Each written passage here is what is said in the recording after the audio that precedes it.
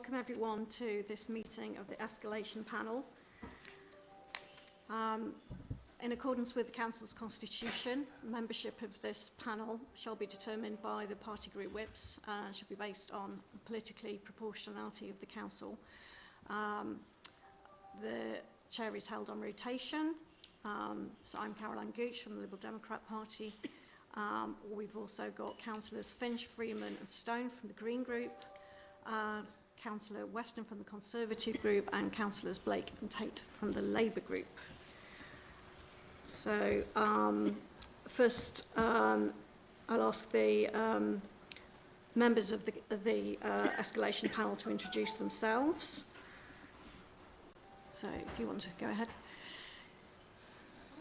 Bottom one, thank you. Much more straightforward. Hello, I'm Ellie Freeman. I'm the Green Party councillor for Bedminster. I'm Abby Finch. I'm Green Party councillor for St George Central. Councillor Mark Weston, Henry Brentry and the Conservatives. I'm Kelvin Blake, councillor for Hillfields, a Labour councillor. Thanks. Kirsty Tate, Labour councillor for Hartcliffe and Withywood Ward. And Lisa Stone, councillor for Wimmer Hill.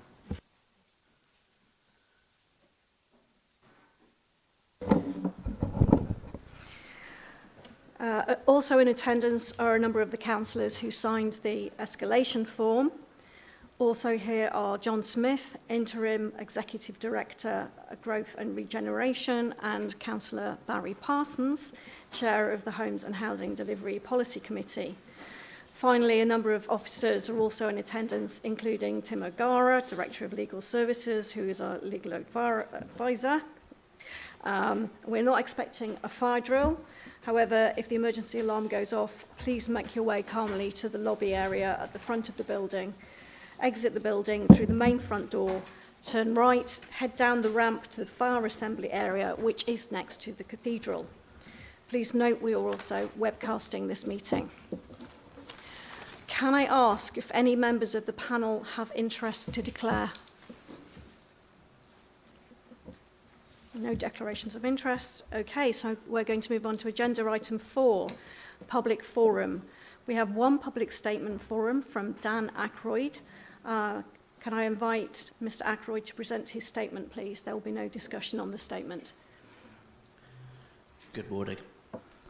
I really don't know if councillors are aware of just how bad the state of the homes the council owns are. It's really quite bad and it's going to take years to fix, and there's a huge need for capital to fix the problem right now. I've been wondering why the Greens aren't making a bigger fuss about how bad the situation is. I guess they're just concentrating on trying to make sure the budget can be passed this year.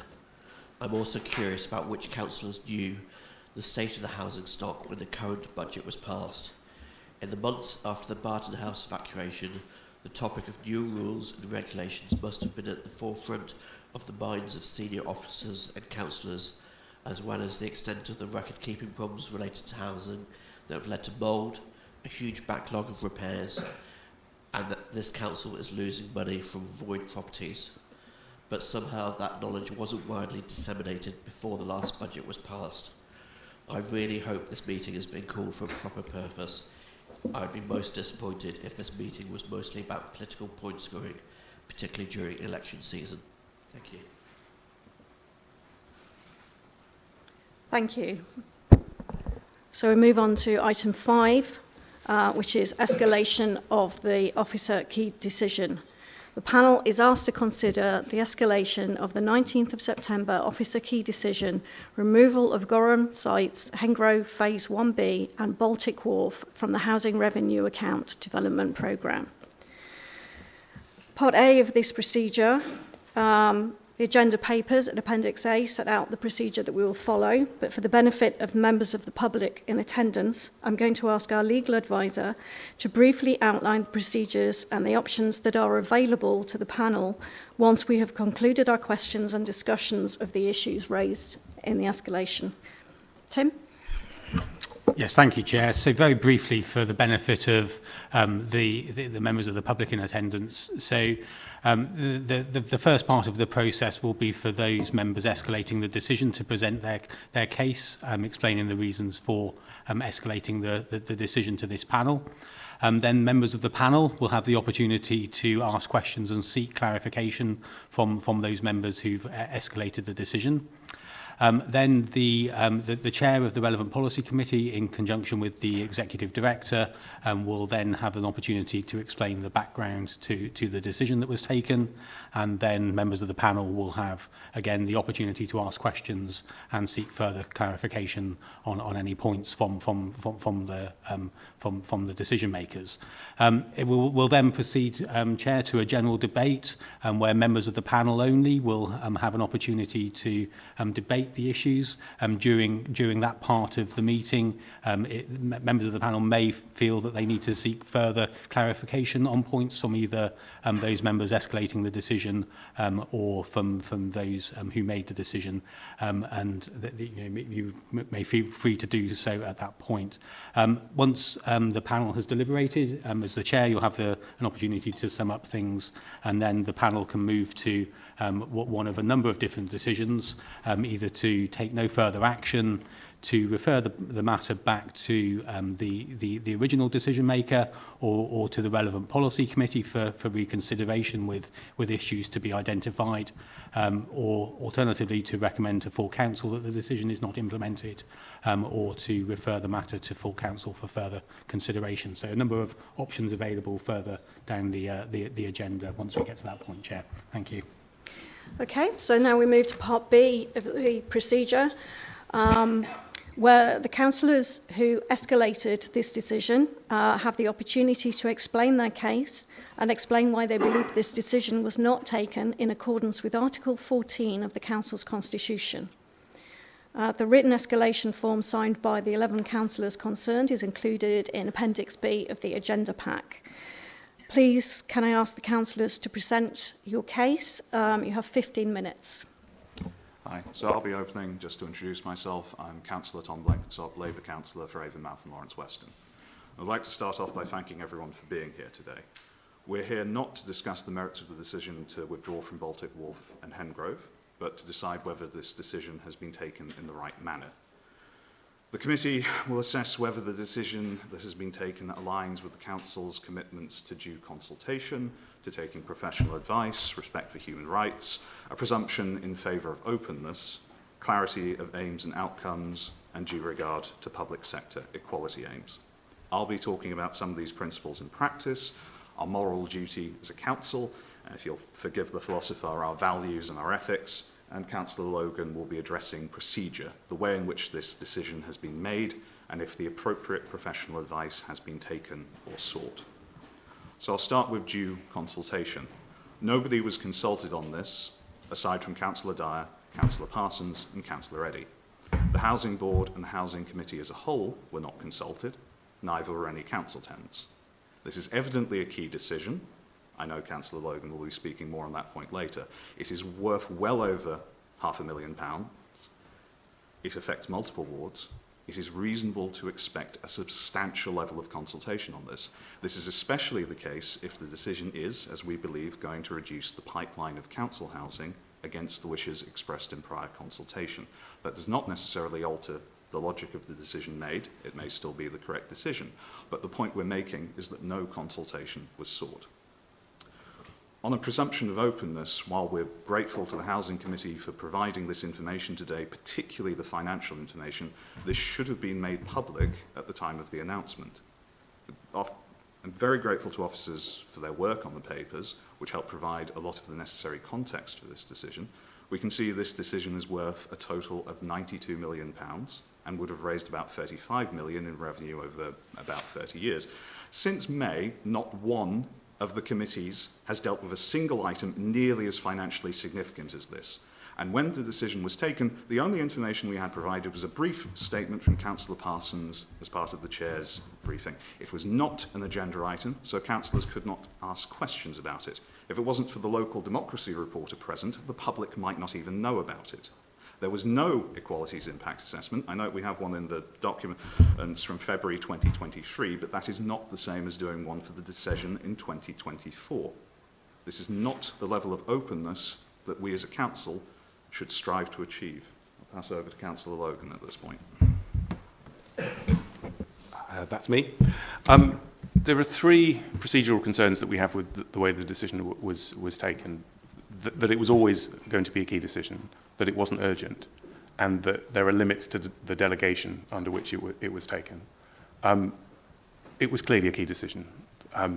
Whatever one thinks the threshold for a key decision should be, whether the Constitution says it's £500,000, this is, as my colleague says, £92 million of construction costs and £34 million of rent foregone over the period of the business plan. This is probably the most key decision that's been taken by the council since the election. And I think this point has basically been conceded by the administration. The most interesting point in the feedback that we've had is the top of page 21, which says that eventually it should have been a key decision, but that we shouldn't really worry about it because the publicity consequences are similar. That's not true. That doesn't describe the principal difference between a key and a non-key decision. What should have happened is the decision should have been listed in the forward plan. Interested parties should have had the opportunity to contribute their views across that, people who live in that area, people who have a view in the utility of social renting, potentially people who might prefer to live in a housing association rent than a council rented accommodation. People would have had the opportunity to say that. And a decision should have been taken by the body with the right authority, presumably the policy committee. The only circumstance at which a decision like this, of this value, should be taken by officers in consultation with the chair and vice chair outside of the committee is if the decision is genuinely urgent. And there isn't anything that we've seen in the decision note or the consequences later to say that there was a need to make this decision at this time. This is a strategic decision over how these schemes will be developed. There was no need not to allow the policy committee to have made a decision. And that is what should have happened. And members involved in those policy committees should have had the opportunity to express their views before that decision was taken.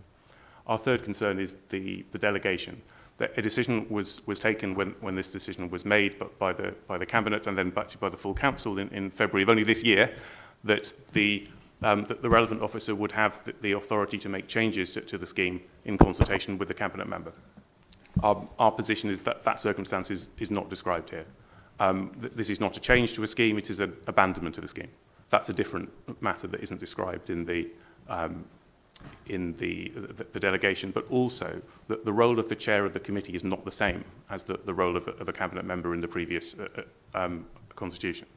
The body with the authority to take that executive decision is the policy committee, and the policy committee should have been asked their views. Finally, as my colleague says, there should have been an equalities impact assessment of this decision, not just of a general policy from a year or so before. I'll pass back to my colleague. I'll just add briefly that under the previous constitution, if a cabinet member had made this decision, councillors outside the administration would have been able to scrutinise it via a scrutiny commission. These no longer exist, as scrutiny should be occurring within the committee itself. It has not been subject to proper scrutiny, and I wonder whether members of the panel would be happy with this level of oversight in another circumstance. It is an unacceptable precedent, and it is against the spirit and values that the committee system was supposed to embody. It's certainly against what was campaigned on by supporters of the committee system. So, today, the committee has four options. They can do nothing. It could be referred back to full council, it could be referred back to the executive director, it could be referred back to the policy committee. As the most recent democratic body to vote on the plan was full council, it would be appropriate to refer the decision back there, but we feel it would also be appropriate to ask the Homes and Housing Delivery Committee to vote on this. This was a non-urgent, key decision, and that's where the decision should have been made in the first place. And just again, on that point of openness, even if you think the decision could have been made outside of a committee due to pre-existing delegation, that doesn't mean it has to be made that way. I know Councillor Williams has noted a number of times in the Public Health and Communities Committee, 9 pairs of eyes are better than 1. If this kind of executive decision and lack of councillor involvement was a reason to campaign for the committee model, why has the decision been made in this way? And why would you not refer this to a committee given the opportunity? The panel can refer it to the policy committee, which I believe is meeting next week, so that won't result in any delays, and it gives it the democratic oversight a decision this significant deserves. I hope the panel allows the decision to get a proper committee sign-off that this decision should have received.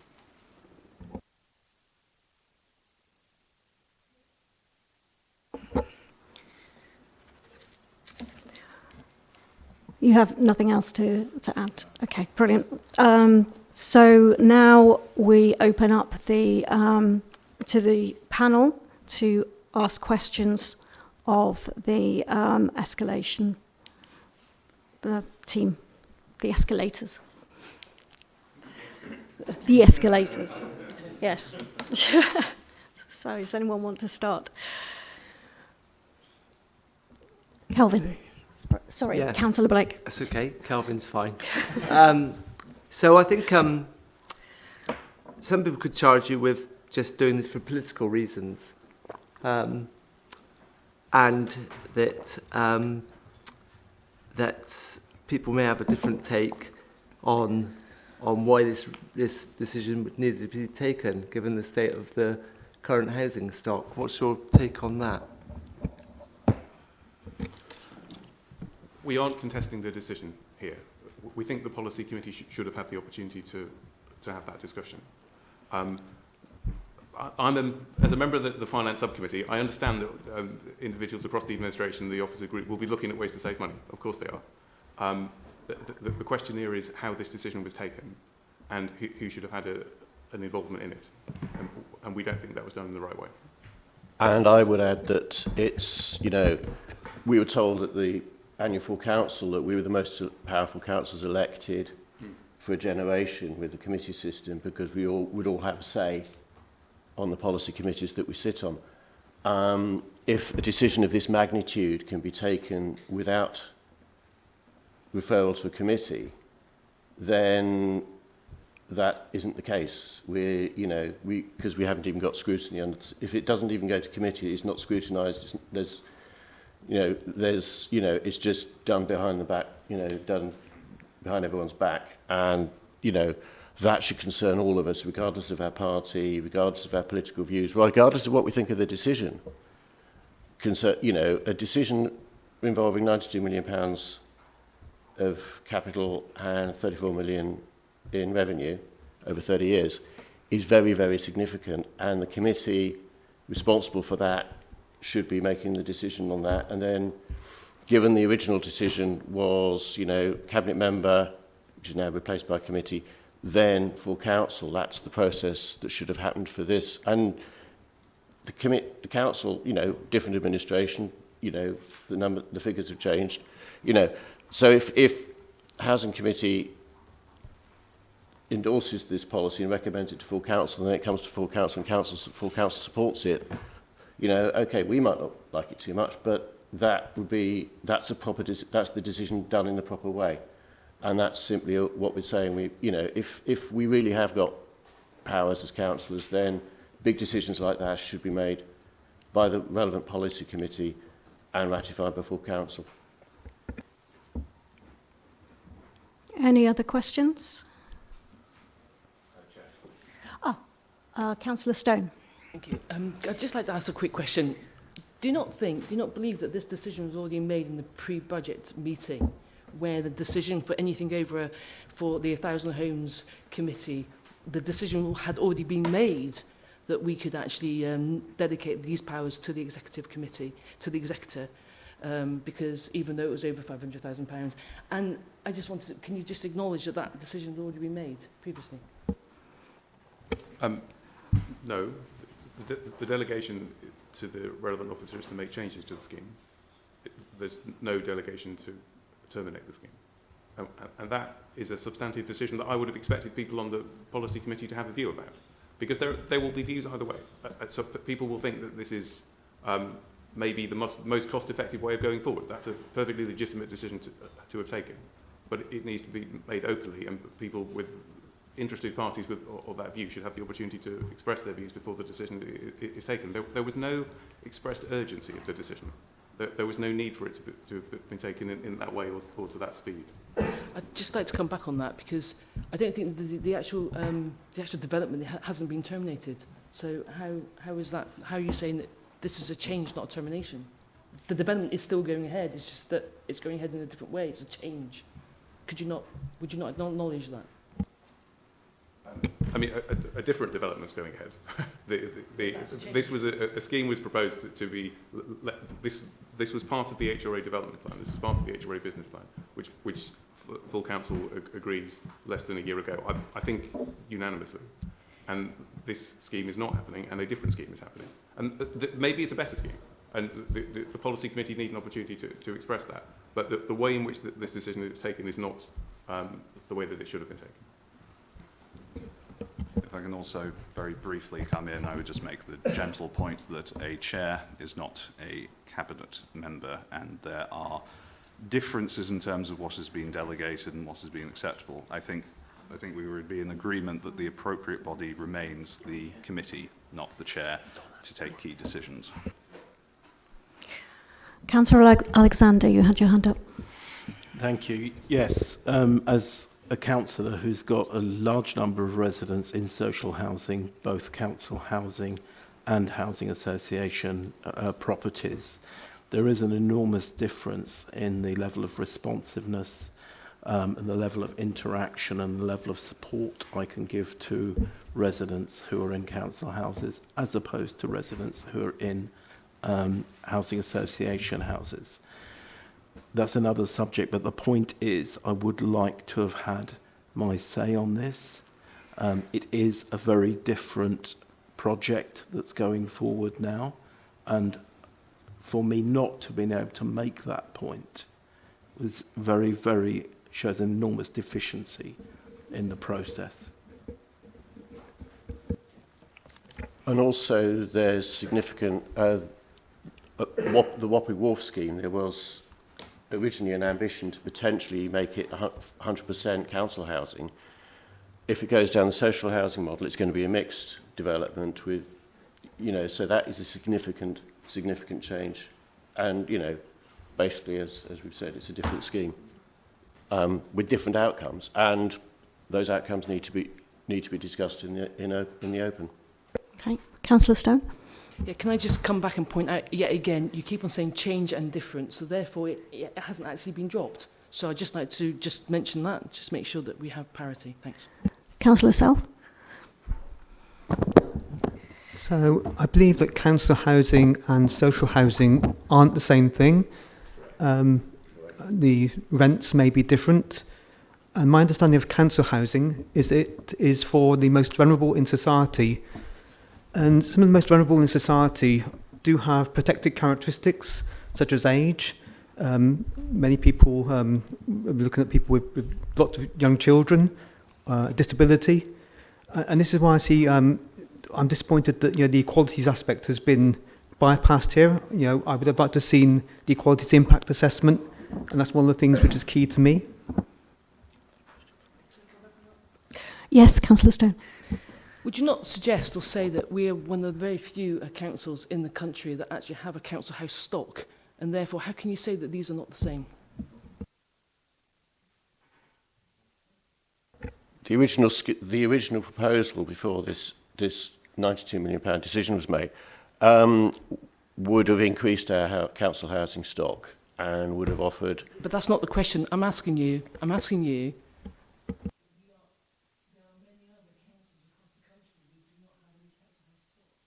Council house stock, that's the question. Is that not true? I don't think that's relevant to the decision that we need to be making about, we should be making decisions that are best for Bristol, regardless of what other councils choose to do. Yes. What full council, on a cross-party basis, made a big and bold strategic decision in February to expand council housing in Bristol. All members, well, all parties, I think probably all members of the council agreed that the expansion of HRA council housing was a good thing for Bristol, and something that would support the most vulnerable people in Bristol and would support housing affordability in a city where housing affordability is a big problem. And so, all councillors made a decision that council housing new council housing had an important role to play in housing affordability in this city. And if that is no longer the strategy, people responsible for that strategy need to say that publicly. What we can't do is close a scheme that was about realising that vision and have a different scheme that's about realising a different vision, as if it's a matter of administrative convenience. It is a fundamental strategic decision about the role of new council housing growth in this city. And less than a year ago, all councillors thought that was a good thing. And if the decision has changed, that's democratic, but it has to be made openly. Councillor Blenkinsop. Yeah, thanks. I apologise at this point because, again, we're going back to the philosophy. I would point out, just by way of comparison, council housing and social housing, I don't think we can say are the same thing. If I have a truckload of apples to deliver to you, and yes, but I get sorry, but that's not the question. That's not my question. Councillor Stone, can you let Councillor Blenkinsop finish his point? I'll sum up very quickly then. There is a technical point that has been sought to be introduced on the definition of changes and whether or not it's just a change or it's a total negation. I think that the contention that we would make is that the change is so wide-ranging and so divorced from the original vision that was agreed that it is effectively a total negation. If I say that I'm going to deliver to you, as said, going back to the apples, a truckload of apples, if I get you a different kind of apple or it's delivered at a different time or there's some other difference in the logistics of it, that's a change. If I deliver to you a truckload of oranges, that is a totally different thing and is essentially a negation of what was agreed. Councillor Stone, did you want to come back? I was trying to get to the point that many councils across the country do not have any council housing stock. Therefore, they still deliver social housing. And what we are trying to do is deliver exactly that. This is not a complete removal of a scheme. This is just a change in the scheme where we're delivering just as much, if not better, social housing. Councillor Weston. Thank you very much, Chair. Can I thank Councillors Logan and Blenkinsop? I think you make your case very well and very calmly, and I appreciate that. I have a feeling that, if I may, once we've heard the officers, we may be bouncing back and forwards, because I have a feeling we're going to want to almost cross-examine. I just wanted to get into the concept of this sort of delegated decision, because I think we all acknowledge there are going to be points at which officer delegated decision, even key officer delegated decision, where the cabinet or committee have given that right will go back to officers. I just wonder if you could talk a little bit about where you see that. If you think there's a problem in the current system and wasn't taken, is there a point at which this kind of decision could be made by an officer? Yes to both things. So there are absolutely, this is completely appropriate to delegate decision making to officers. And the decision of this scheme was to delegate the delivery of this scheme to officers, and that's absolutely right. And there may well be some changes in that scheme that are necessary. So an example of something that will be completely within the scope of that delegation would be the proportion of social housing. So that there were aspirations to maybe go from 40% to 100% council renting, but maybe that's not deliverable because the financial underpinnings of the scheme have changed.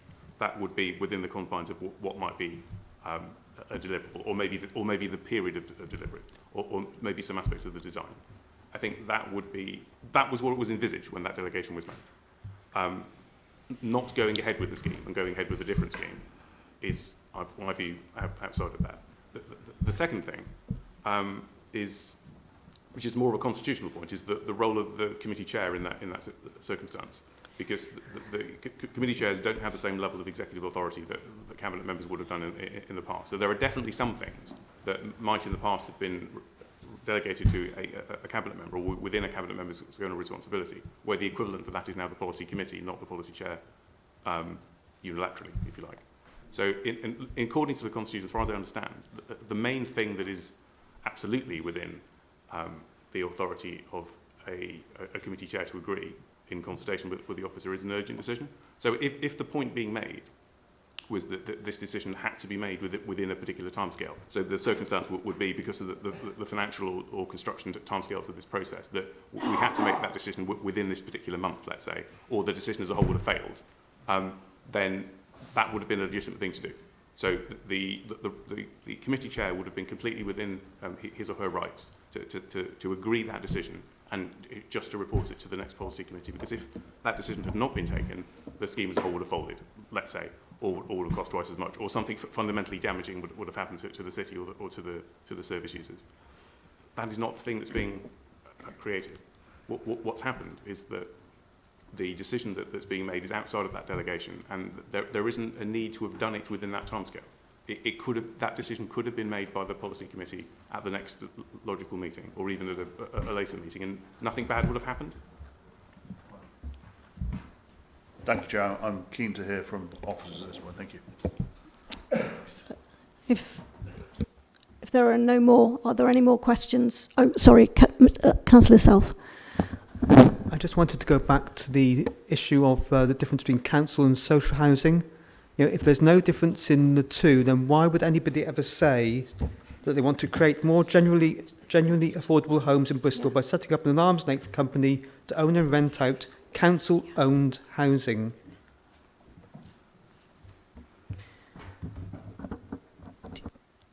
Councillor Freeman. It sounds like we're getting down to what counts as a change, and it's getting quite kind of focused, but I suppose what I'm coming back to is that the business plan approval awarded these delegated decision-making powers. Legal services think that this is being done within that. So are we getting down to what counts as council housing and what counts as social housing? Because this is what it feels like we're coming down to that, and whether that counts as a change or whether actually we're delivering what we want to deliver, but through a different provider. This is, I mean, I don't see it as apple and oranges. I see it as Deliveroo or Amazon. I mean, we are getting to the end point of social housing. It's being done through a different route, and this paper doesn't talk about council housing, it talks about social rental housing. So is this what you're really coming down to? Is it that we're not delivering council housing? Is this what I'm struggling to understand, to be honest? Okay, Councillor Blenkinsop. So Councillor Logan may have some more points on the procedural side, and I think he may want to make some points on that. It's not just about the nature of council versus social housing. As I said in my opening remarks, there is also a question as to whether or not this is the way we should be operating as a council. Are we operating under the presumption of openness? Are we operating with due consultation? Are we operating with due regard to equality's impact when one was not performed? These are, I think, serious deficits in how the decision was taken. And that's not getting into the more procedural points.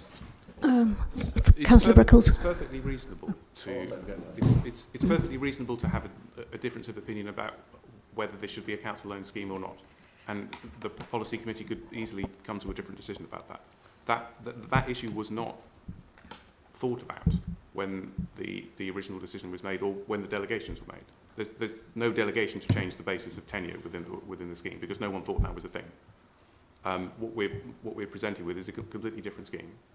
On the point we're making, though, is that the way that decision to change the model and to develop a new scheme is a key decision, and it should have been made openly by the policy committee, and it should have been in the forward plan, and people with views about it should have had an opportunity to express their views. And that's not presupposing what the answer is. If that had happened, it would be completely reasonable for the policy committee to say we would like to go ahead with a different scheme that is housing association led rather than council led. That's a completely reasonable decision for the committee to have made, but it's quite a different one to the one that was envisaged by full council when the original decision was made. So that change should be made openly.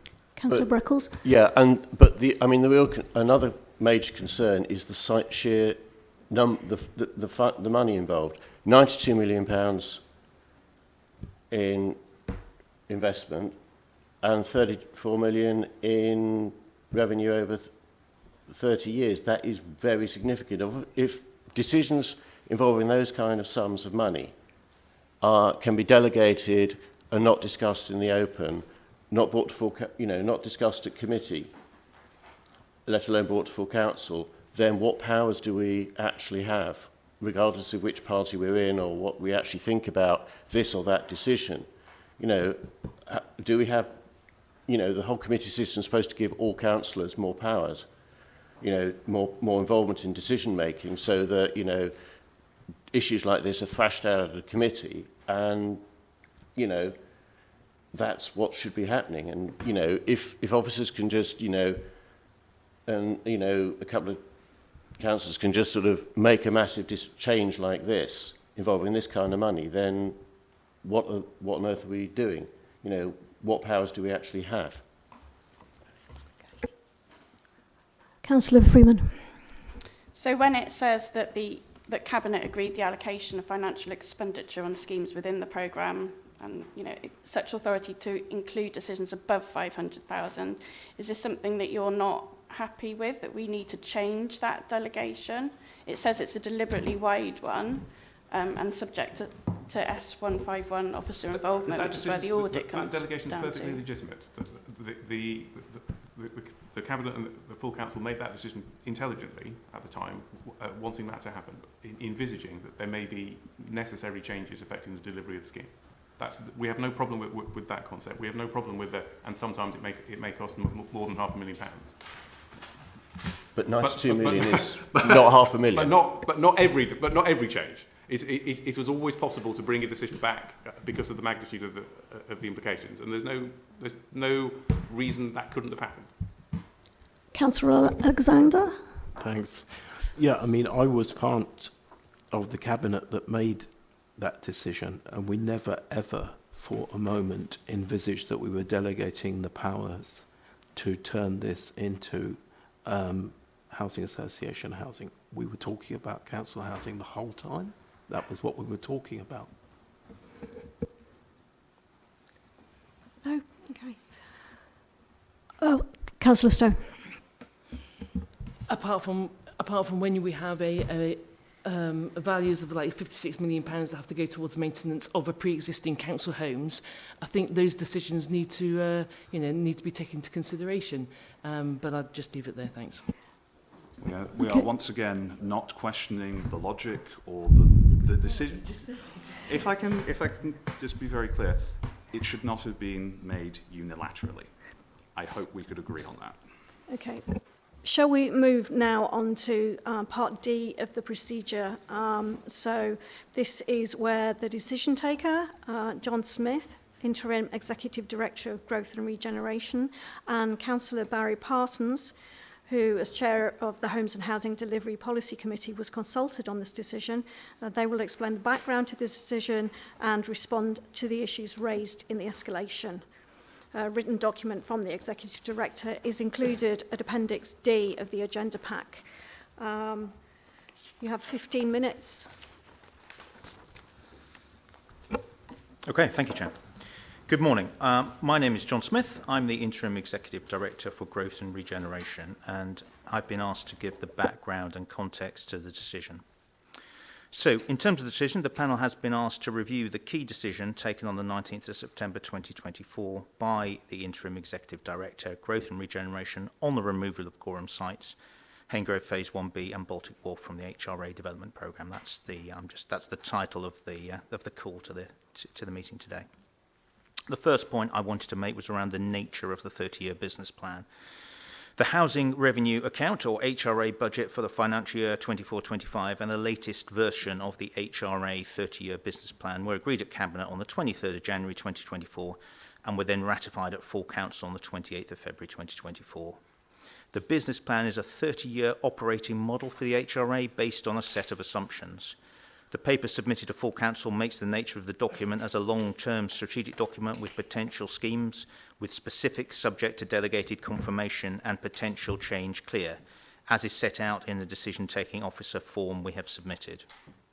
The homes at Hengrove and Baltic Wharf are included in Appendix 3 of the HRA development programme in a section entitled Future Development Developer-Led Schemes Currently Agreed but Not in Contract.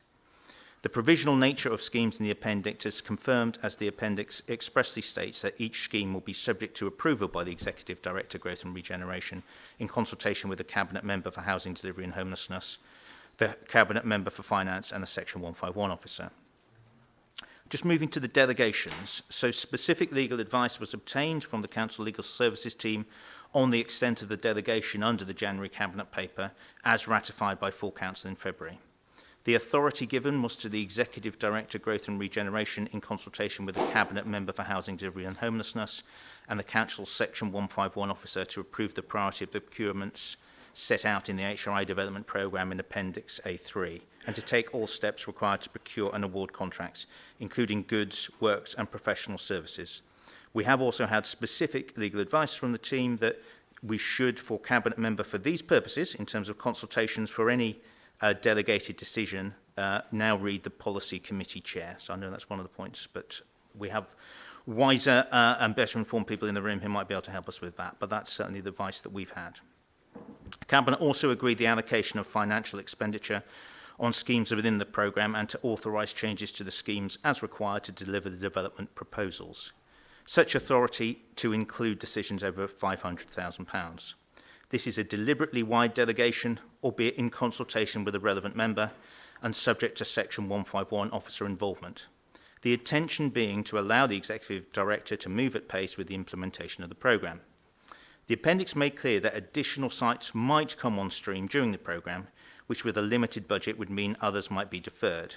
Others may slip for a variety of reasons, and that all are, in any event, subject to express approval by the Executive Director, securing necessary planning approvals, funding, and etc. So, any schemes not underway could not be guaranteed. Those with anticipated completion dates years in the future are accordingly most vulnerable to change priorities.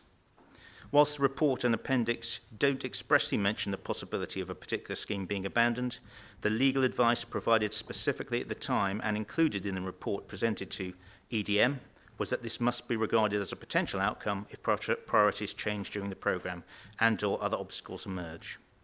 The HRA business plan itself also identified a number of assumptions, including financial, budgetary, national and local policies, etc., changes in which could impact the ability to deliver the programme.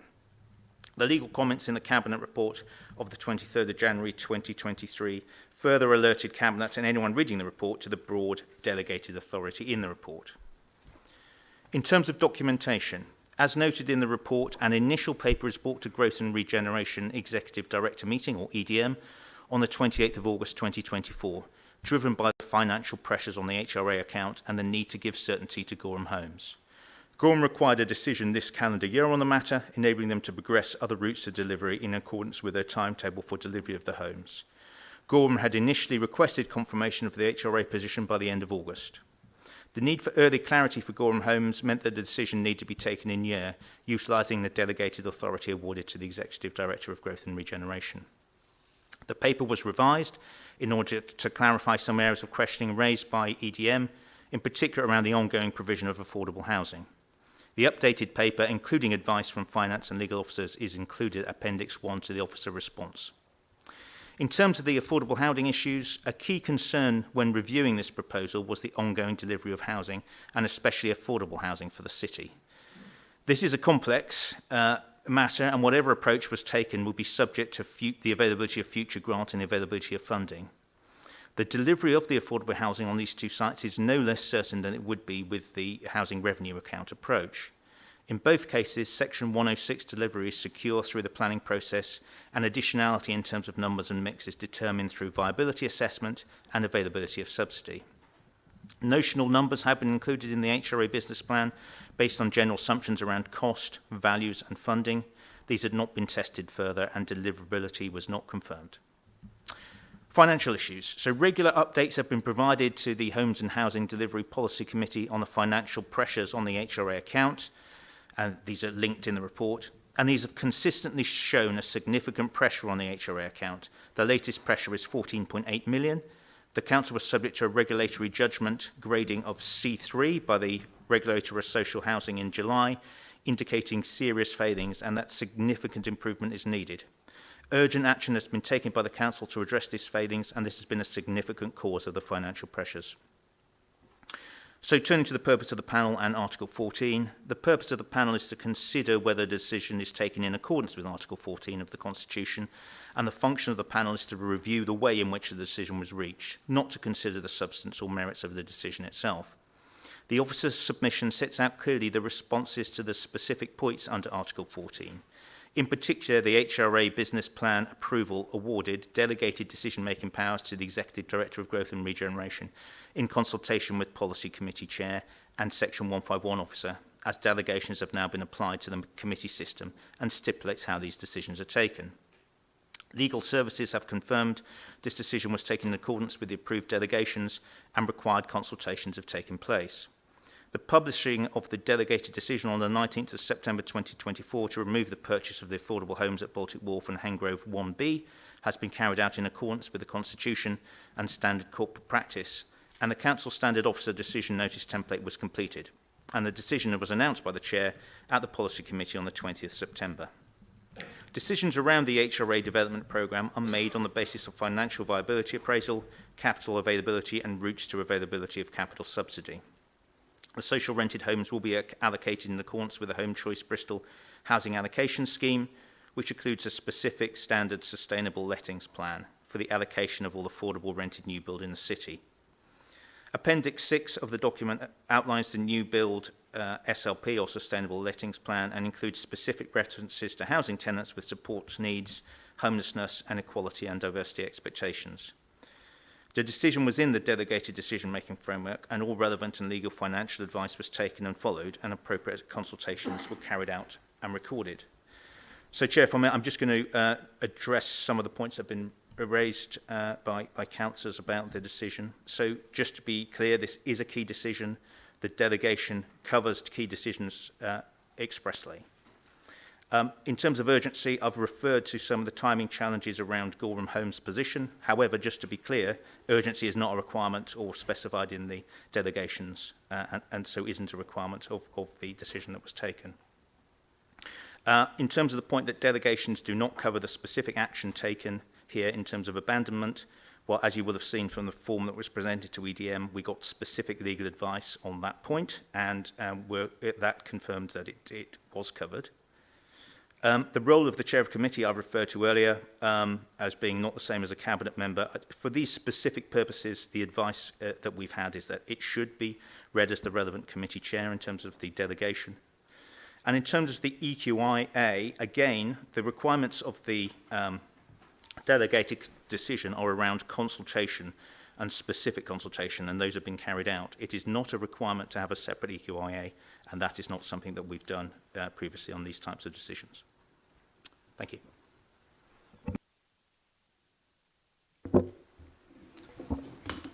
Thanks, John.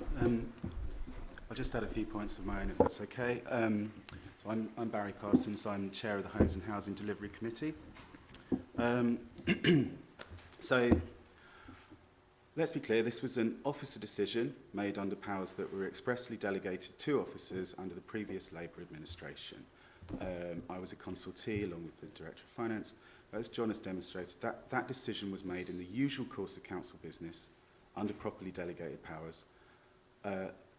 Legal services team are the authority on these delegations.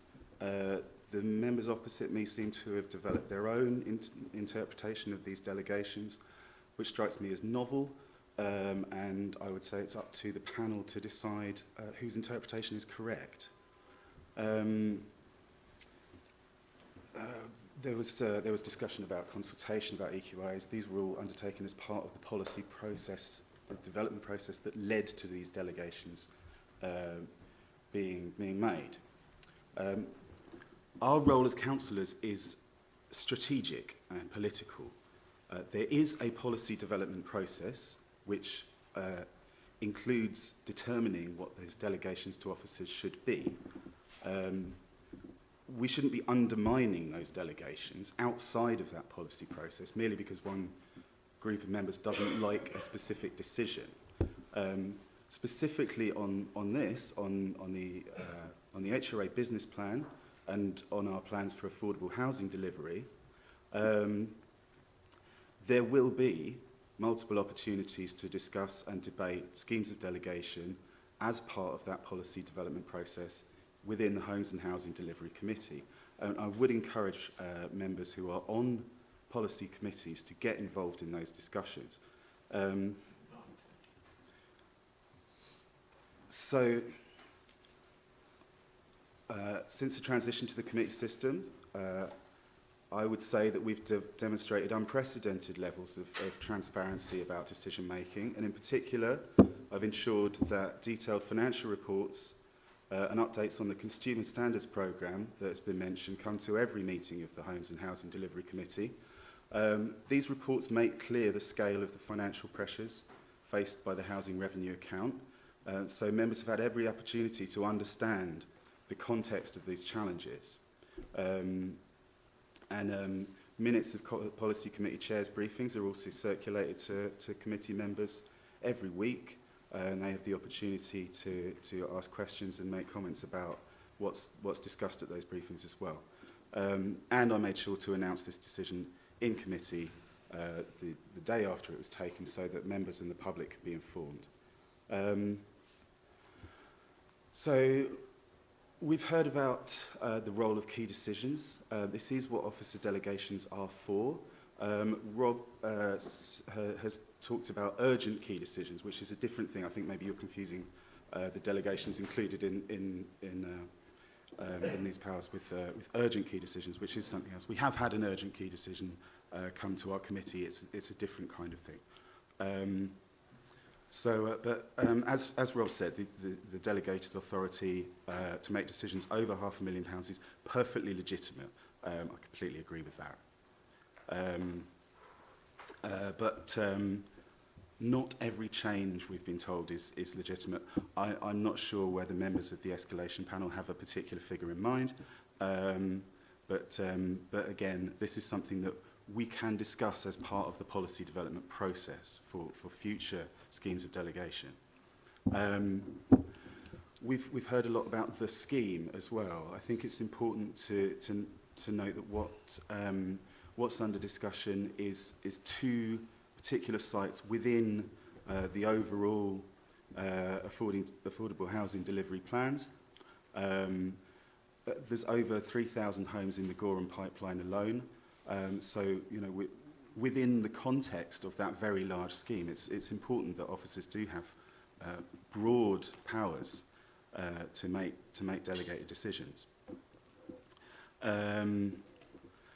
As we've heard, the interpretation that the role of the committee chair when it comes to consultation is not the same as that of a cabinet member. Again, that's novel. That's not the advice that we've received from legal services. And it would be a departure from current practice. Now, as we've discussed, the purpose of this panel is not to debate the merits of the decision itself, and so I don't want to be talking about the specifics of the rights and wrongs of the decision. But I am concerned about some of the language that's been used about housing associations. Housing associations are vital city partners, delivering social homes, supported housing for vulnerable people. They have been for a very long time, and I'm concerned that the kind of language that I've heard today could damage our reputation and our relationship with these valued partners. I think something else that I would like to address is kind of, there's an elephant in the room. Can you draw your comments to a close, please? Sure, I will do. So, there's a great deal of officer time has been devoted to responding to this escalation process. I think that needs to be borne in mind as well. I don't think we should be getting into the habit of delaying and disrupting decision making in this way. And as John stated, the purpose of the panel is to determine whether decisions be made under Article 14 of the Constitution. So I'd request that the panel considers the overwhelming evidence in front of it that the decision has been taken constitutionally. Okay, so if anyone has any questions. Okay. Councillor Tate. Given that the papers outline, a predicted £30 million loss in revenue over the 30 years, when it was published, why wasn't it listed as a key decision? Yeah, I apologise, Councillor. So it is a key decision, always has been a key decision. It was uploaded as not being a key decision, which was an error. So that is explained in the papers, as you've seen, so it shouldn't have been. But as we set out, the delegation does include covering making key decisions, and that is still covered by the delegations, is the advice that we've had. Okay, Councillor Stone and then Councillor Blake. I just wanted to clarify one thing, and that is, can you just tell me, if you hadn't have made the decisive decision that you took, could you just tell me, would that have really impacted on the relationship with Gordon Holmes? Gorham are very neutral about which route is pursued. They just want clarity. They need to plan either way. I think the uncertainty for them is, I think they see the published papers showing the pressure on our HRA.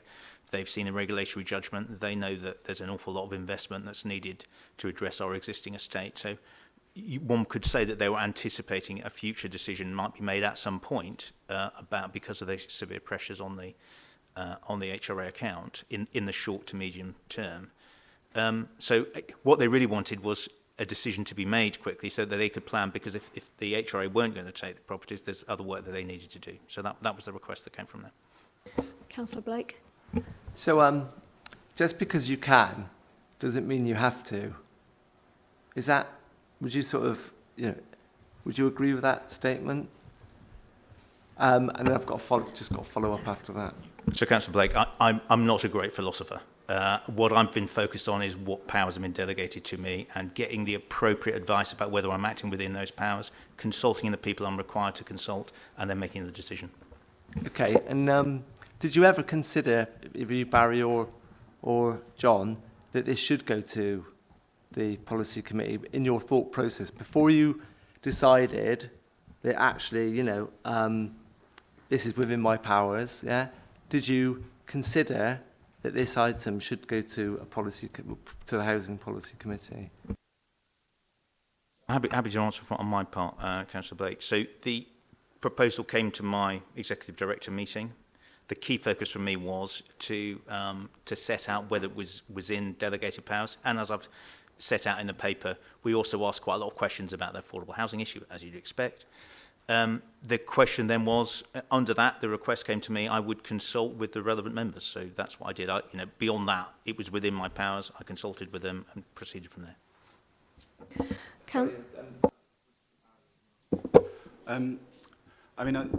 I think I would say that that's not a question for this panel. Quite simply, this panel is here to decide whether the decision was taken in a constitutional manner. And so that's not relevant to the discussion of this panel, I don't think. Well, let me just come back. We're trying to weigh up, right, whether or not, because things have changed, right? This council is now in no overall control.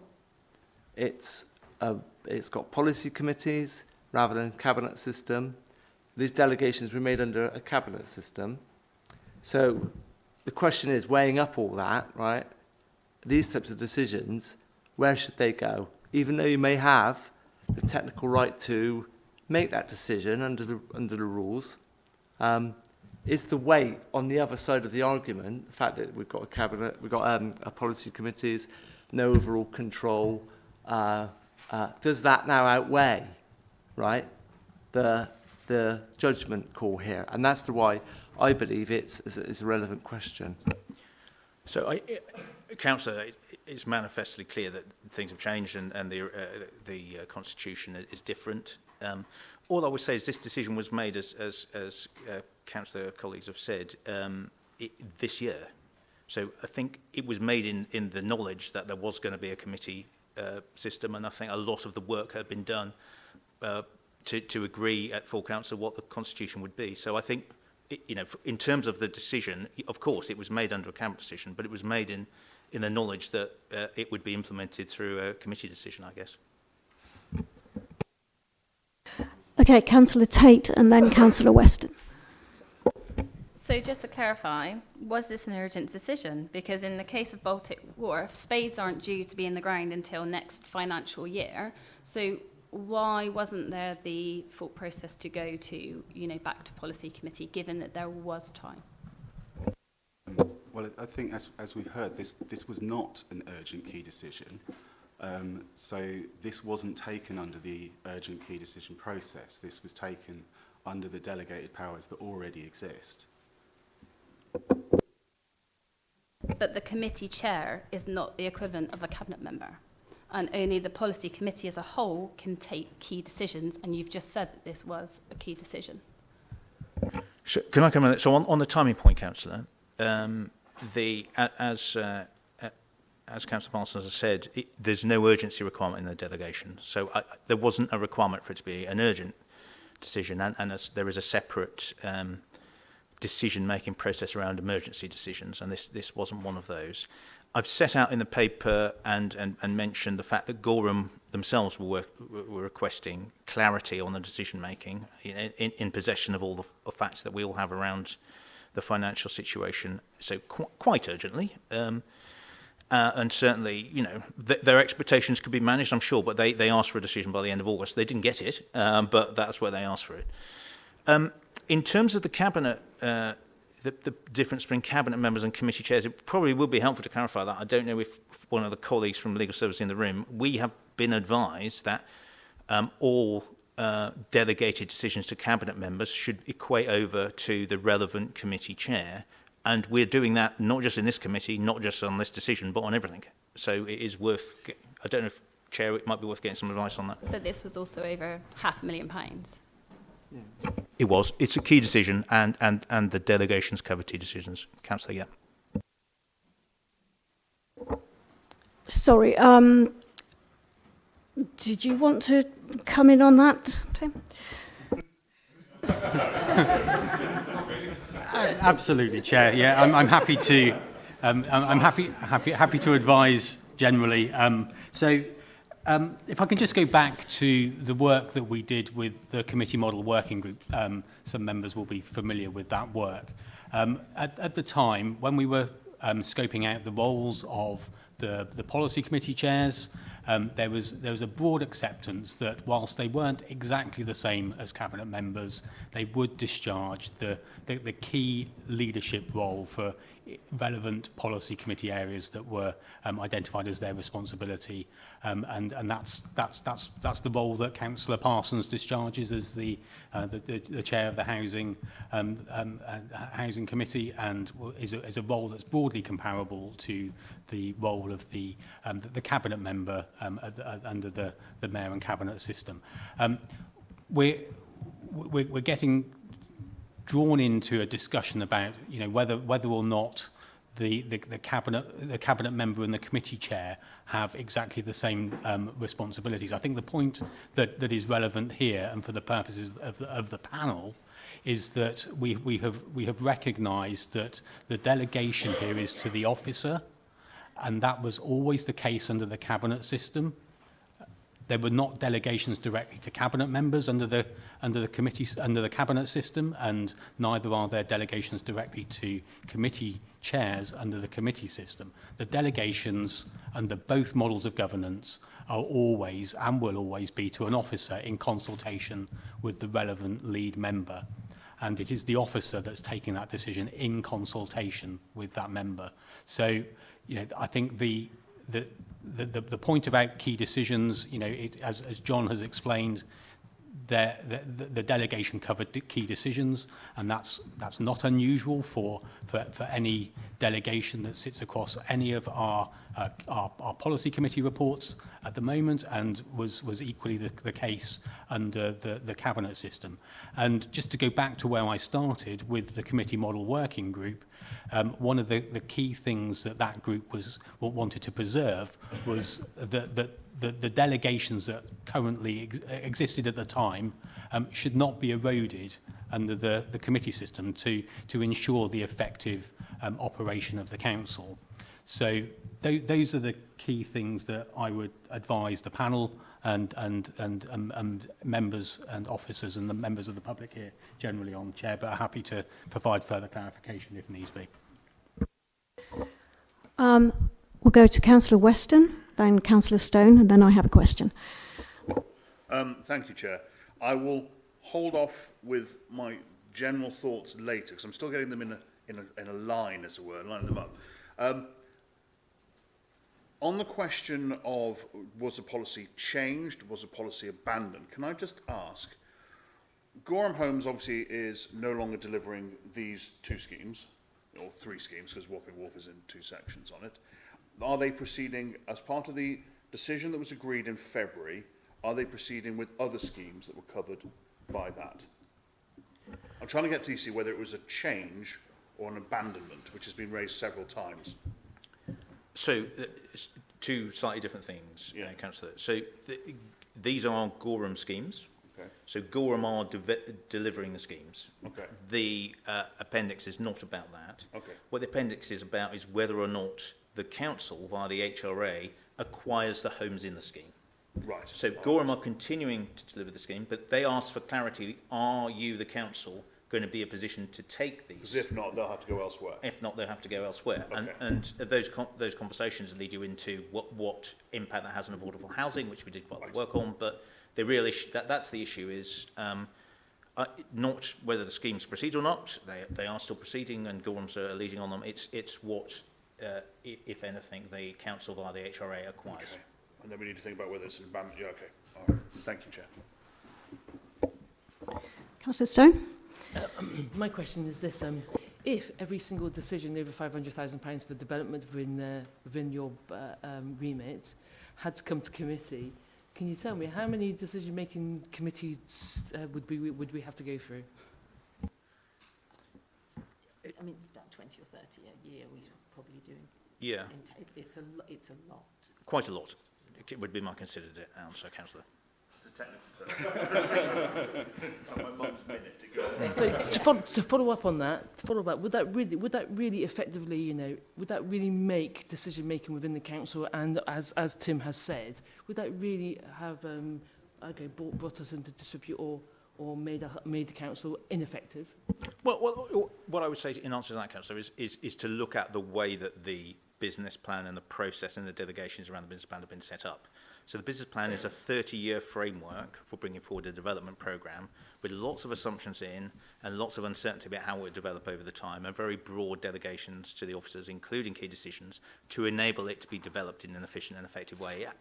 Those words pretty much are what it says, actually, in terms of how it's introduced and how it's described to full council. So it was deliberately set up historically to work in that way, because otherwise it wouldn't, the implication must be it wouldn't be an efficient and effective if you had to come back every time. Can I just say that also impacts two wards? So it's not just about it being over the financial threshold, but the fact that it affects two wards. So this is different than just what you. So how often would you have that come through? So over £500,000. Sorry, £500,000, and then over two wards, because that's the question, because it's a double thing. Yes, I mean the scheme, the programme has developments all over the city. I think it's fair to say, but I mean it would be less, Councillor. That's right, but as you know, the test is either £500,000 or affecting two wards, or both, obviously. So the delegation is the same. So the delegation covers either both. Okay, I'm going to ask my question.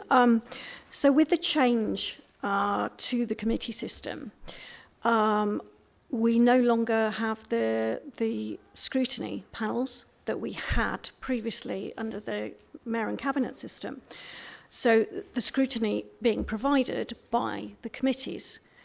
So where's the scrutiny in this process? Where's the point at which we can scrutinise it? So that is a fair point. There are no scrutiny mechanisms. The way that this was set up, of course, it wouldn't have automatically been taken to scrutiny either. Scrutiny could have chosen to look at it. The councillors via the calling process have chosen to look at it, haven't they? The decision is made in consultation with the relevant member.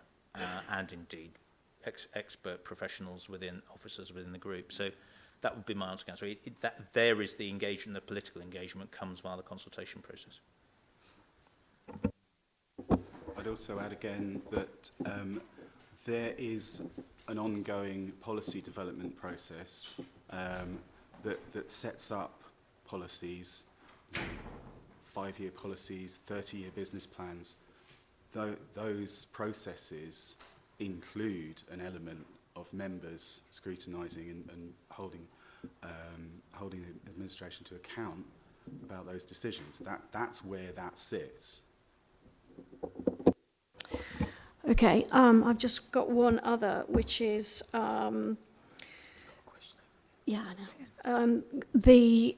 you said that you had to take a decision very quickly, but we can have extraordinary committee meetings. So you could have taken it to a committee through an extraordinary committee meeting. Was that not considered? Was I say, Councillor, the focus has been on the extent of the delegated powers and whether it was possible to do that, and in the context of the request from Gorham for a very quick steer so they could take the work. So that isn't something that I looked at specifically. What I'd got was advice as is this a decision that could be made under the delegated powers? Okay, Councillor Blake. Can you? I wonder whether you could answer Don's point. I mean, Don was a cabinet member when they made these decisions around delegations, and he said that earlier, I'm sure you heard it, he said that they never envisaged the schemes changing in the way that they have been changed. And it was always about council housing, especially on these two locations. So, and that was someone in the cabinet making those decisions, talking to Marvin, Kevin Slocum, who was the head of office, who was in the detail of all this. Can you just answer that question for me? I'm sorry to have a go.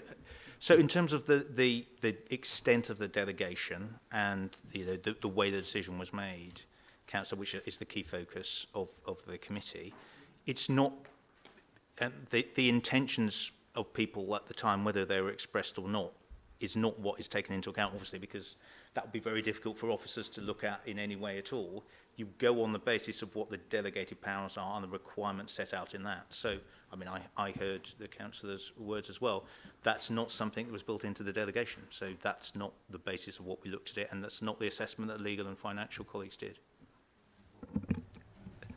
I think I'd also add that it's to be expected that with changing circumstances, situations will arise that the cabinet members at the time may not have anticipated. That's entirely to be expected, one would think, and that's why we have ways of delegating decisions that mean that officers are able to carry on the work of the council.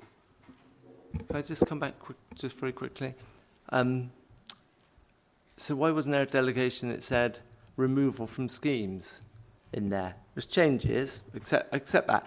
I mean, these are fine, balanced things, these, right? And I don't. I'm not questioning anyone's intention here, right? Bad intentions at all, right? So this is, So I'm just trying to navigate what is, the movement to a committee system, as well as with these delegated powers. So there wasn't a delegation that said removal from schemes.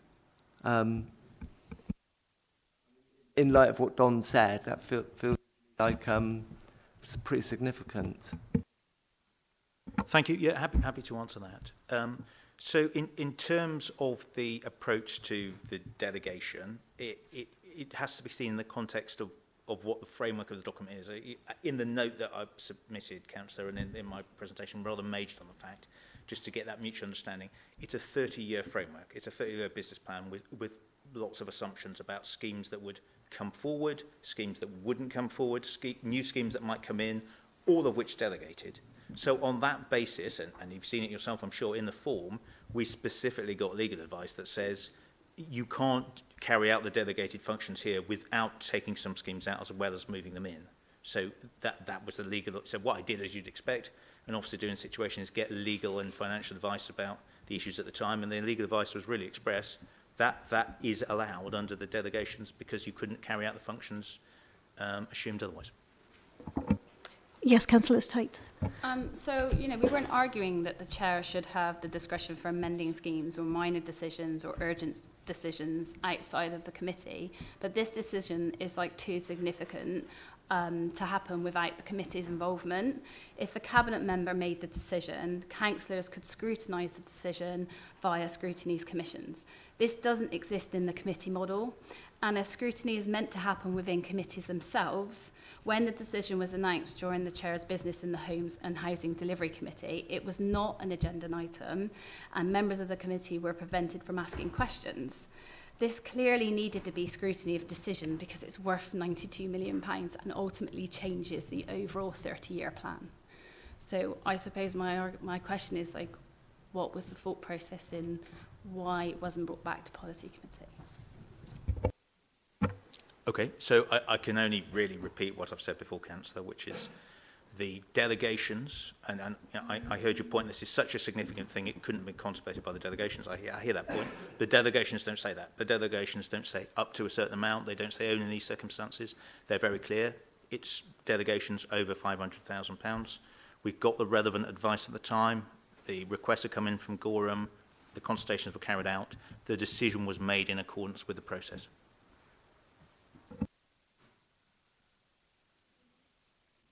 Okay, I've just got one last question, which is for Councillor Parsons. It's clearly a politically sensitive decision.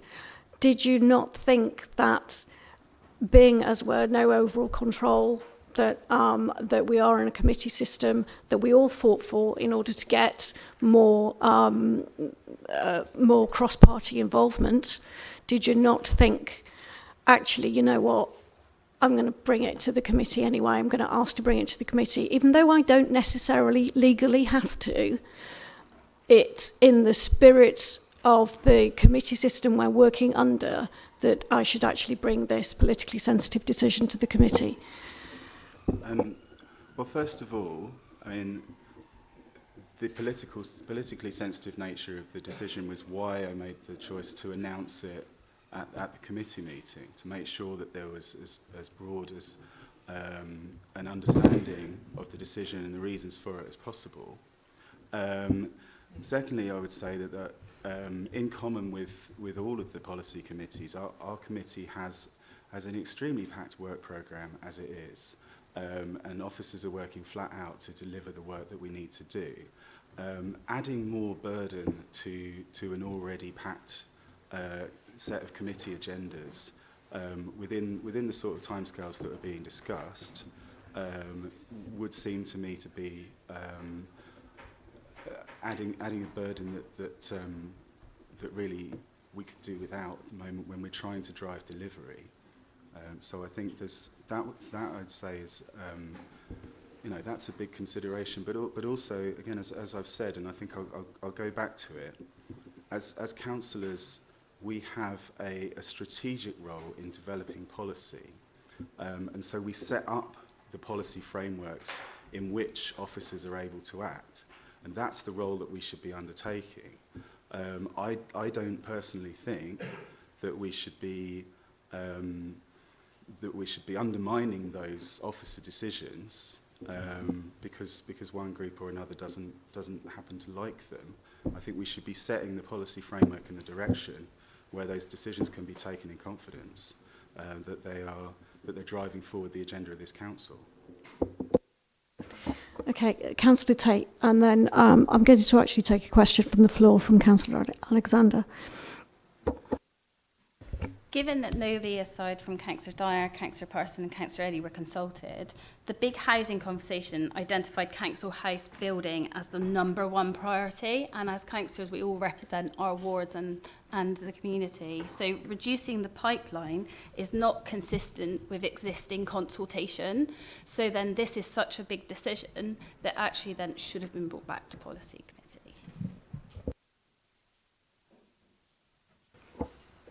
you want me to answer from a technical point of view? As you would expect me to say, there's no requirement to do that sort of consultation on the delegated decision, and I have a lot of delegated decisions. It's not something that I can recall us having done. The relevant consultations and EQI and other things are taken at the point of the Cabinet decision, not when the delegated decision is taken. It's certainly the precedent.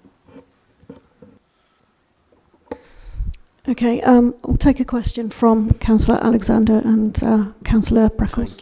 Thank you. I accept totally what John is saying about his delegated authority regarding the HRA business plan.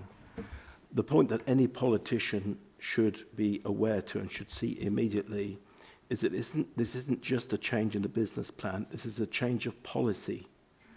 We are proposing here to provide social housing, not through the public sector in these very large instances. We're proposing to do it through arguably the private sector, and there is a difference there. Housing associations, council housing, controlled by us democratically, not controlled democratically. There is a big difference.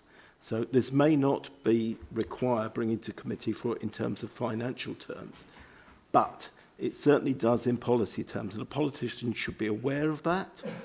And given that there was plenty of time, they should have brought it to committee and had that change of policy, which was not intended by the Cabinet that made this decision, had that aired publicly. And also, at what point did we delegate policy changes to officers? Policy committees to set policy, but this decision is a major change of policy. And policy committees can make these major changes of policy, so can full council. But it's a major change of policy, and that's not really something officers can do. Okay. Councillor Finch, just wait until Councillor Parsons has answered. I'd just like to say that that's absolutely not true. This council has a long-standing policy of delivering affordable housing through a variety of different routes and through a variety of different providers. That includes our own direct delivery. That includes council homes and other forms of tenure delivered by Gorham. That includes partnerships with housing associations. There's a range of products, including shared ownership. There are many, many ways that this council is working to deliver for our housing need. And this decision, these two schemes, do not in any way constitute a change in policy. Okay, Councillor Finch. Hiya, it was more just a point of clarification that we're still at the point of the meeting of us asking questions to the officers. Yeah. We'll move on to the discussion. You'll let us know when we move on to the general discussion. Yes, we are. We're still asking questions. Has anybody else got any questions to the officers and Councillor Parsons? In that case, we will move on to the discussion part, which is panel only. And do you want to start? Yes, if that's okay. Okay, yes. Okay. Thanks very much. And thank you to, obviously, all the councillors who brought forward the call-in for explaining everything, and thank you also to Councillor Parsons and the officers for sort of explaining that. I thought it was all really clearly explained, so that was really helpful. I guess I wanted to sort of summarise where I've got to in terms of my understanding of it. So obviously the three main points that you raised was one, that it was a key decision, and obviously we've heard that yes, it was a key decision, but the delegation covered that, so I'm sort of happy that that was legal. Two was that it wasn't urgent. Again, we've heard that no, it wasn't urgent, but again the delegation covered that, so again I'm sort of satisfied with that response. And then thirdly, and I think this is sort of the key one from my perspective, is that it didn't meet the conditions of the delegation. And I think this is a tricky one, right? I mean, there's the whole debate of whether it's a change or a cancellation. I'm minded to think that, it is a change, and that's a sort of maybe wishy-washy area. And but obviously you've said that legal advice was sought, and you did it in line with that. So I'm happy on that one. And then the final one being that the delegation was consultation with a cabinet member, and obviously now we're in a committee system, we no longer have cabinet members. And I think that is an interesting question, and a question about how the committee system operates, and it's new to all of us.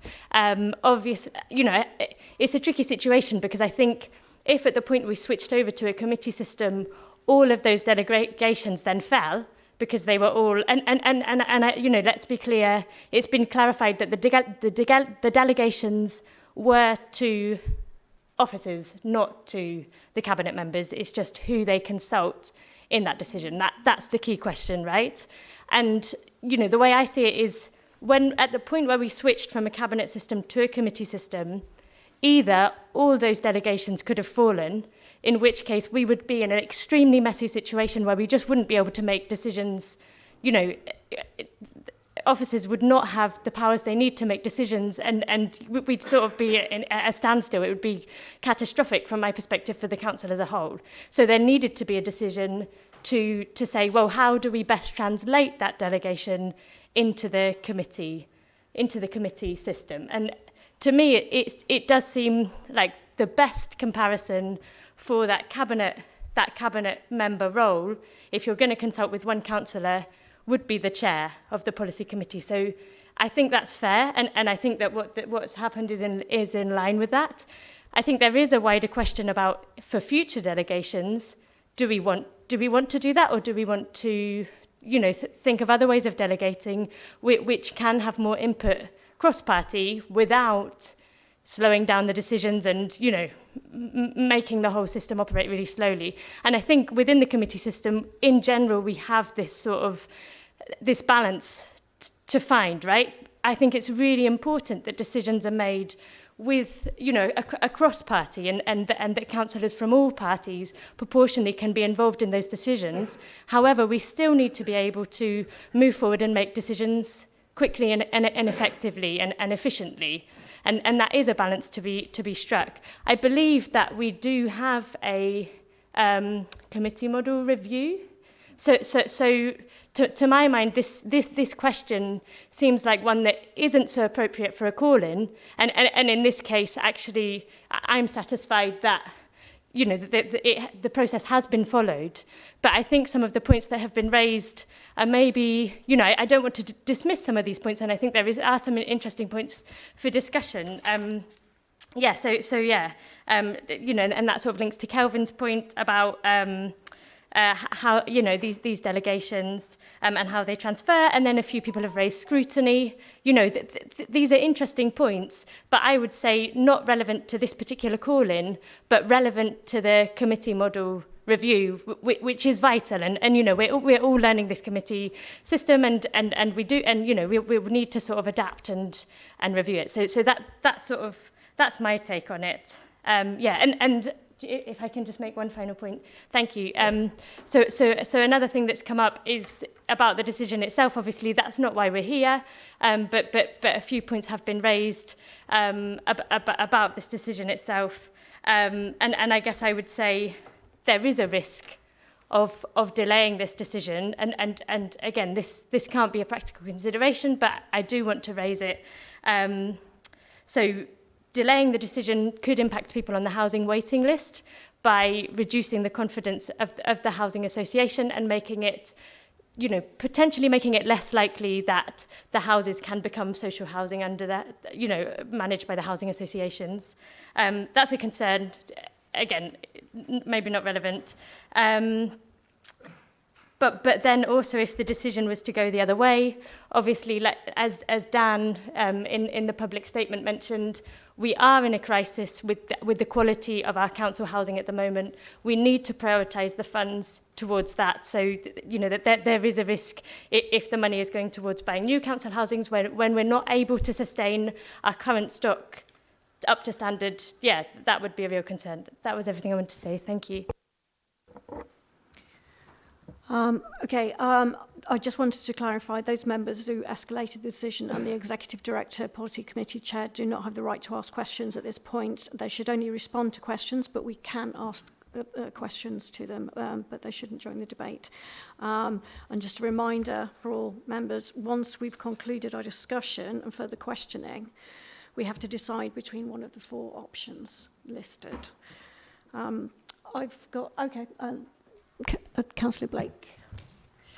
So I do find myself in a very strange situation here, actually, right, where we've got sort of Green councillors, you know, arguing for essentially the sort of the makeup of the continuation of the power of the cabinet member, right, as policy chair, in this situation, arguing for that, right, whereas I'm kind of understanding that us moving to a policy committee setup, but much to your points, actually, Councillor Finch, that does change things. And there are going to be test cases, that's what I would say. And so I think it's absolutely relevant, not just doing it in a review situation. I think there's going to be test cases that will be brought like this through this escalation panel to test our now new understanding of this setup. I reiterate, I don't think anyone's done anything wrong here. I genuinely don't. There's no one like made a decision here because they felt that, you know, it was going to be bypassing any scrutiny and all the rest of it. I genuinely don't believe that. I equally don't believe that the members bringing this this escalation have done it for any decent reasons because they think that this is a worthy decision for further debate and discussion. So generally, I think that there's a place for this to take place. For me, though, and I'm really struggling with this, it's a scrutiny element to it. We all stood, I'm sorry, I didn't look at your manifesto, I'm afraid, Mark, but most of the other parties in this room put council housing, right? And I absolutely, you know, believe in registered providers and all that mix. I mean, I think they provide a fantastic service in this city, right? But we all stood on prioritising council house building in this city as in a lot of our campaign material and all the rest of it. We then, you guys campaigned for the committee system, and you got that and you were successful. We campaigned for something slightly different. We failed in that. And that does change things. Like it or not, that does change things. And this issue, we're struggling in every policy committee. As Vice Chair of Adult Social Care, often we have debates about the delegations and about what should come to committee. So these debates are live now, right, in every policy committee because of the change we've brought. And I must say, what's happened in our policy committee is where the executive directors brought saying, look, you know, this decision I could take under delegated powers. There's been 1 or 2 items where we said, no, we want them to go to committee. And that's happened. So you would have the power in this situation to potentially change that. I don't think, you know, as I said, I don't think, you know, you did it for any good reasons, right? for good reasons. So, but the fact is that into this system now, that delegation could have been moved to the policy committee. So I'm weighing up, I'm sort of trying to balance off these things and move to the policy committee's set up, the lack of scrutiny that's able to take part in that, the fact that we all stood on council housing is an important part of this, to try and weigh up whether or not this is the test case to say, actually, we should go back to the policy committee in this case. And I don't think if that was decided today, I don't think that's a slight on you, Barry, whatsoever. I really don't. I just think that it's testing our understanding of how this policy committee setup should work now. And that, for me, is what I'm balancing off, and I haven't come to a conclusion quite yet. I want to hear what other people have got to say. Councillor Weston. Thank you, Chair. First of all, I actually want to, and I didn't think I'd say this, I want to thank the call-inners for bringing this. Because actually, British democracy is built on a whole rules and precedent. So we sort of need to test where the bite is on a lot of this stuff. And it has highlighted some potential things in the system that I think the review group will want to look at. However, our decision today isn't whether the decision was taken in an optimal manner. It was whether it was actually taken within the rules. It's whether it followed the process correctly in doing it, or whether it could have used the process that it's done to make the decision. And on that basis, under the delegation of authorities that they have, I believe a decision was made in accordance with the rules. Whether it could have been made differently or optimally is actually immaterial at this stage. It should go to the committee review group to see if there's a better way that can lock in the future. But under what the system is now, was it made correctly? And that hinges on whether it was a change or an abandonment. Now, I've gone through Project 1000, which was the housing delivery scheme, of which to build 1,000 affordable houses a year. And page 45 specifically talks about all the various options that can be done. And Gorham Homes works with this panel. And it does have registered providers and other affordable housing providers, as well as council house direct delivery. So Gorham Homes is going on. HRA is delivering other schemes with council housing. So to my mind on this, it is a change, not an abandonment. And it seems to hinge on that. And that's going to be a subjective view that colleagues are going to have to make. But the process, as far as I can see today, the rules have been followed and a due process and a decision was made. I wouldn't say it was necessarily a decision I would have made. That's actually immaterial. That doesn't matter in this. It's whether a decision was made in accordance to the rules. And at this point, I believe the decision was made in accordance to the rules. I do believe, though, this should be flagged to the committee review group to see if potentially those rules and some of the concerns that have come up need to be bottomed out. But for me, I will be voting and proposing to take no further action. Thank you. Okay. So I thought someone better nail their colours to the map. Otherwise, we're going to talk all day. Councillor Freeman. I think most people have covered actually what I wanted to say, which was that a lot of this does come down to whether it's a change or an abandonment, because that means whether it's a change in policy. And I think we've established in the conversation that it's not a change in policy, and therefore it comes back down to that delegation. And I think my view on that is what Mark was saying, that there are a range of ways that we're going to deliver that programme, and this is a tweak to that. We've got registered providers who follow the framework that's set out by the council. We as a council have a trust in that system, and so we as a council are delivering the end product, the end result, hopefully, will be what was intended at the beginning. So it's not a change in policy. I think we've agreed that delegation covers what was asked for here, what was the decision that was made here. The fact that it wasn't noted as a key decision is obviously regrettable, and that's, that should be amended and acknowledged, and something to look out for in the future. I think, as others have said, and perhaps I'm not in such a generous mood, I think this should have just come to the committee working group. I'm not entirely convinced it justified an escalation panel and all these people here for all this time this morning. I understand that's what was, felt right at the time. I do think there's obviously some concern about kind of our intentions about being open and transparent that really need to be examined really closely in that committee working group review, any combination of those words, to ensure that we don't keep coming back to this, because this is not a sustainable way of working. We need to be really confident as committee members across all the committees that we are being consistent about how we're applying delegations and how we're working with officers and with chairs, and we need to be confident that we are being as open and transparent as we can,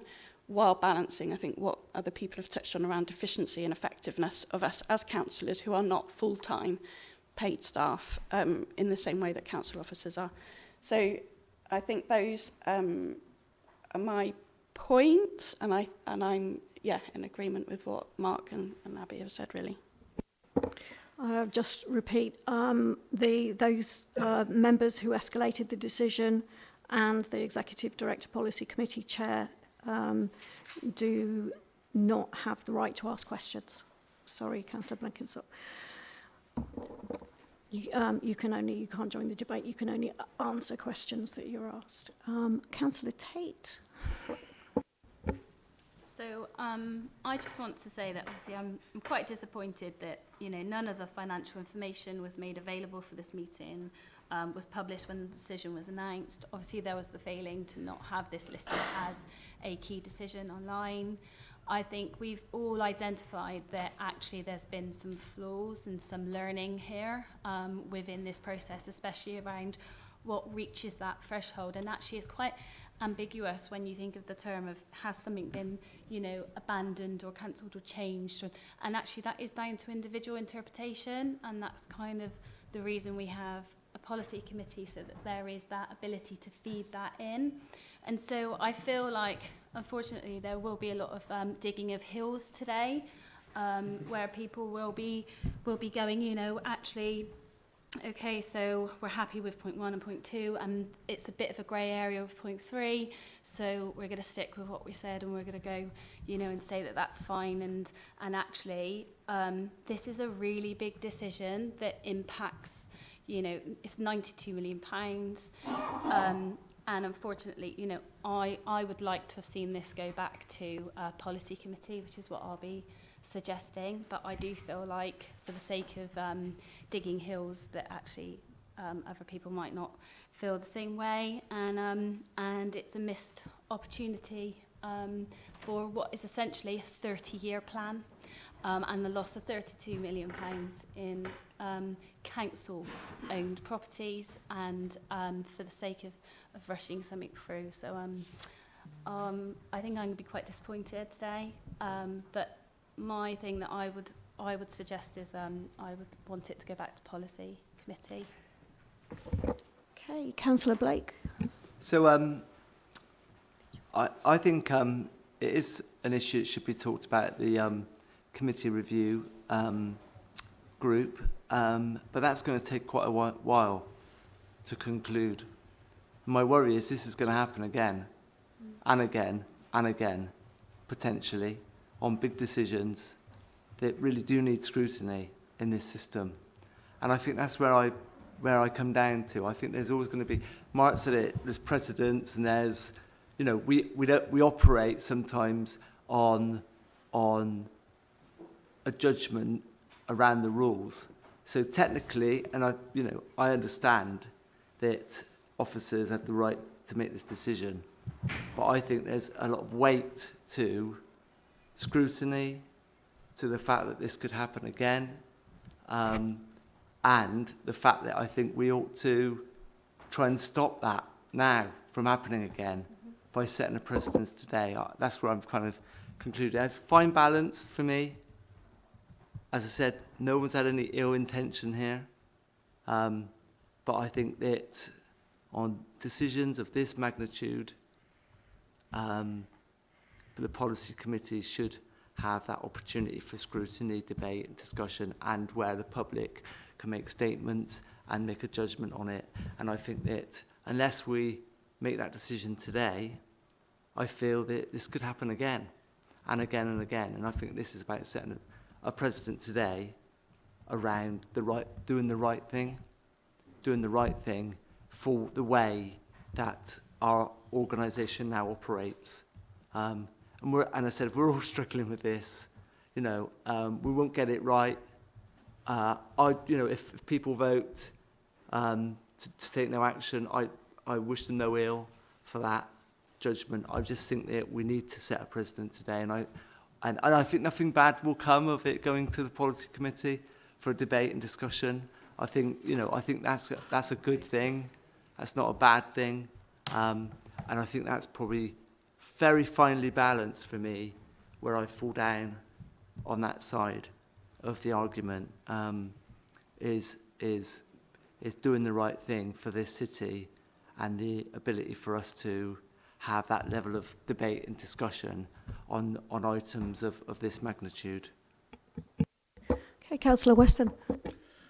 Thank you, Chair. Again, I go back to it. It wasn't whether it's optimal, it's whether the decision could have been made using the rules. And the rules and the delegations cover what has been made. So, therefore, it is there. However, what I would say is I suspect, after this being a bit of a shot over the bows for chairs, I think they are going to be looking, shall we say, more politically as whether some stuff does need to come back. Because although I won't look at the chair immediately to my left, of course, that would be very rude since he has no right of reply, I don't suspect he wants to be here very often. As much as a Thursday morning with you, Councillor Blake, is a joy for everybody. So I repeat, I think take no further action, and I would propose that. Councillor Stone.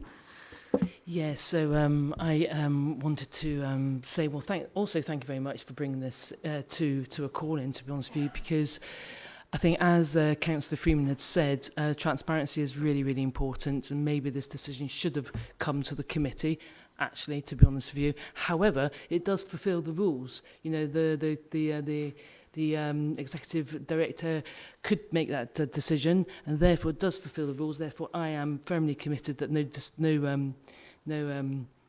no further action should be taken in my decision from this committee. However, a lot of learning has to be taken. It really does, and I think maybe this committee, having you brought it here, will make that happen, so that we can have more decision making capabilities at the committee, okay, instead of just maybe just being directed straight to the executive directors. Okay, but that's thank you.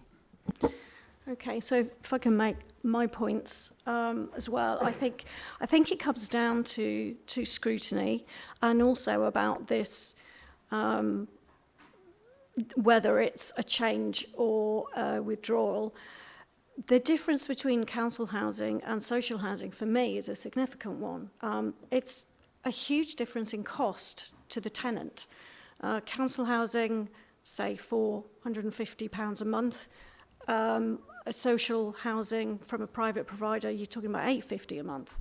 So it's a huge difference, and that does make a difference to the type of tenants that we can actually accommodate. So for me, that is a difference in a change in policy, because we were basically saying that we wanted, I'll come back to Councillor Stone, that we wanted to have council houses. So we wanted to deal with those people who are the worst off in our community. We know we have a van dweller problem in this city of 800 odd people living in caravans. If we want to address these problems, then we do need to think about what sort of housing we can put people into. And if they can't afford £800 a month, and they can only afford the £400 a month, then we need to be looking at that. Conversely, the HRI isn't it obviously a huge problem. Clearly, maintenance has not been carried out up to standard, and so that's putting us into this position. So I can understand why the decision needed to be made. And then, so the question then comes down to scrutiny. The decision needed to be made. What was the right place for it to be made? Yes, legally, under the how the system was set up, it could go under the delegated powers, but things have changed since then, and it is a big decision, and it is, in the state of things, quite politically sensitive. And as I said earlier, just because you can doesn't necessarily mean that you should. And we need to be mindful not just of the legal aspects of how we set up the committees, but also the spirit of it, and the spirit of it, especially since we now don't have the scrutiny. So that is something that, in this case, we could have gone, you know what, we could put this to committee. It might be a good idea. And it's true, there are going to be more of these, and it's good that Labour have brought this and flagged it so that we can actually look at it, because we need to decide how we're going to deal with these. and decide whether or not in the committee whether a chair of the policy committee is in fact the same as a cabinet member. So I would go with actually sending it to the relevant policy committee. That's going to be my vote. But has anyone else got anything they want to say? Yes, Councillor Stone. Yeah, I'd just like to go back to the paper on that. It says here, Gorham have agreed that they will secure the allocation of the rented homes through the council prevailing allocation scheme in the development agreement and the responsible practitioners. I'd just like to ask the question over to John Smith or even Louise Davidson, if that's not. Can you explain that? And would that impact on the rental agreements with that housing association? Thank you. Yeah, happy to answer. I'll let Louise. Yeah, so thank you, Councillor Stone. All social rents, whether they're let through the council, or also the new build social rents, whether they're let through the council's HRA or through an RP, have to be allocated and set using a national rent standard. It's a prescribed formula. So the difference between a new build rent for a housing association and ourselves is actually very, very similar. When we talk about average rents, that's maybe where we get the big differences, because obviously a lot of our housing stock is much older, its value was less when it was delivered, and that's where we get that sort of maybe that sort of disparate the difference between the rent levels you've quoted. All of the homes will be let using the Home Choice Register, all in accordance with the allocation scheme, and all the first lets, whether they came through us as a council or whether they came to an RP, will have to be let using that. We put the appendix in. That Appendix 6 of the allocation scheme, which is our new build sustainable lettings plan. So we would be doing exactly the same as our RP partners, and we would be setting our rents using exactly the same formula as our RP partners. Sorry, can I just come back on that then? So are you saying that the cost of the tenancies will not be changed by this decision? They will be very similar. There will be maybe a difference around how service charges are set, but the principle of the rent setting will be identical for both sets of organisations. So the 850 against the 150 is... I haven't got the rent levels here, but no. But the principle is they will be set exactly the same, using the same national rent setting formula, the target rent formula. So, can I just be clear, but obviously then with the service charge? So again, service charge setting is regulated. We are, I'm coming into finance colleagues here, we have slightly different approaches to service charges than maybe our registered providers. But a registered provider can only set service charges to meet cost.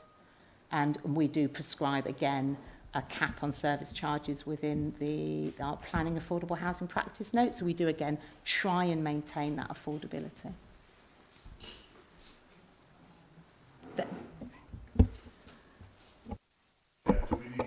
We can move to a vote. We can take them in order.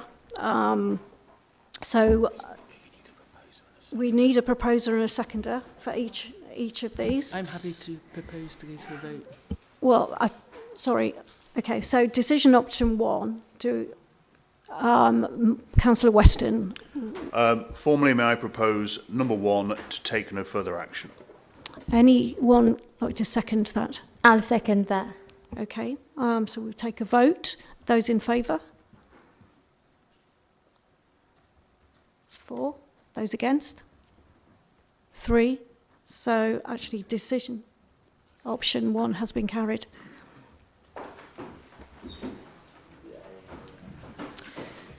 Thank you. Thank you everybody for coming. It's been very informative.